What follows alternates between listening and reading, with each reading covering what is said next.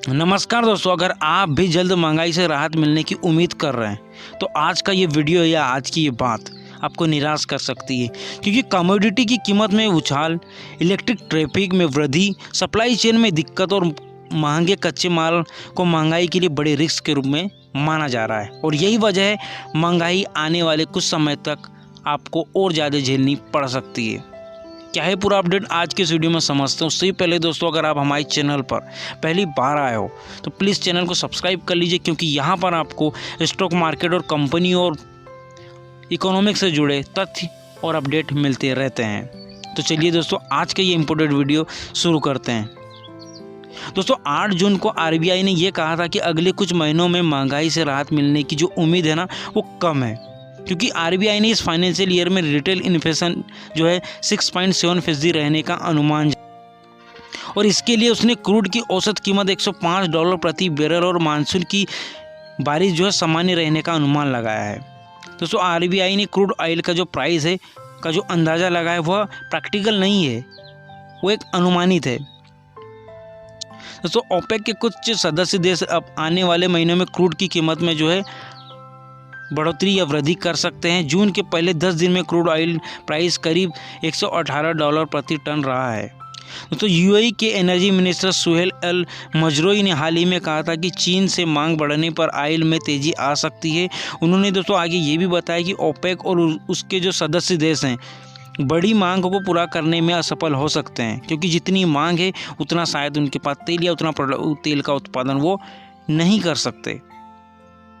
अगर crude oil की कीमत में अनुमान के मुताबिक वृद्धि होती है तो आरबीआई को क्रूड ऑयल प्राइस के अपने अनुमान में बदलाव करना पड़ सकता है, क्योंकि जब क्रूड ऑयल की वृद्धि होगी तो स्वाभाविक सी बात है इन्फ्लेशन रेट में भी वृद्धि होना तय है, क्योंकि क्रूड ऑयल के प्राइस में हर $10 की वृद्धि से जो है रिटेल इन्फ्लेशन में जो है दोस्तों 0.50% की बढ़ोतरी होती है। ऐसे में लोगों को तभी राहत मिलेगी जब सरकार पेट्रोल और डीजल पर टैक्स घटाएगी।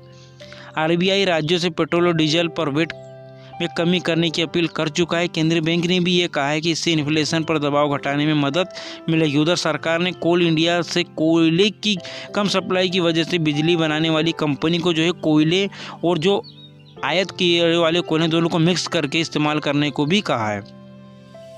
दोस्तों, ब्लेडिंग प्रोसेस के लिए 15 जून को सीमा तय की गई है। अंतर्राष्ट्रीय बाजार में कोयले की कीमत भी बढ़ रही है। यूक्रेन पर रूस के हमले से पहले कोयले की कीमत $140 प्रति टन थी, जो अब बढ़कर $440 प्रति टन हो गई है। समझ लो कि इसमें कितना बड़ा इजाफा है। All India power engineer foundation ने कहा है कि आयातित कोयले के इस्तेमाल से इलेक्ट्रिसिटी टैरिफ प्रति यूनिट 0.70.1 रुपये तक बढ़ सकती है, यानी कि आपको प्रति यूनिट लगभग $1 तक भी देना पड़ सकता है अगर इसी प्रकार से इन्फ्लेशन बढ़ा। तो इंडिया खाने के तेल के लिए अपनी 50 से 60% की जो ज़रूरत है दोस्तों वो आयात करता है। यूक्रेन पर रूस से हमले के बाद पहले ही खाने के तेल की कीमत में तेज़ी बनी हुई थी। उसके बाद से यूक्रेन क्राइसिस की वजह से सनफ्लावर ऑयल की उपलब्धता जो है दोस्तों घट गई है, जिसकी वजह से यूक्रेन और रूस सनफ्लावर ऑयल के मुख्य उत्पादक और निर्यातक हैं। हालांकि हाल ही में पाम ऑयल के भाव 52 हफ्ते से कुछ नीचे स्तर पर आए हैं, लेकिन मजदूरों की कमी के कारण मलेशिया, जो कि पाम ऑयल का एक अच्छा खासा बड़ा उत्पादक है, उसके उत्पादन में भी असर पड़ा है, और यह पाम ऑयल का जो है दूसरा सबसे बड़ा उत्पादक है। तो कुल मिलाकर यह कहा जा सकता है कि आने वाले समय में महंगाई का कम होना अभी तो दूर दूर तक नज़र नहीं आ रहा है, लेकिन जैसे ही कुछ महीने के बाद आने वाले 2-3 महीनों के अंदर जो है दोस्तों महंगाई में और वृद्धि हो सकती है। यही था दोस्तों आज का अपडेट। अगर अपडेट अच्छा लगा हो तो लाइक करना ना भूलें। मिलते हैं किसी नए अपडेट के साथ, तब तक के लिए दोस्तों जय हिंद, जय भारत।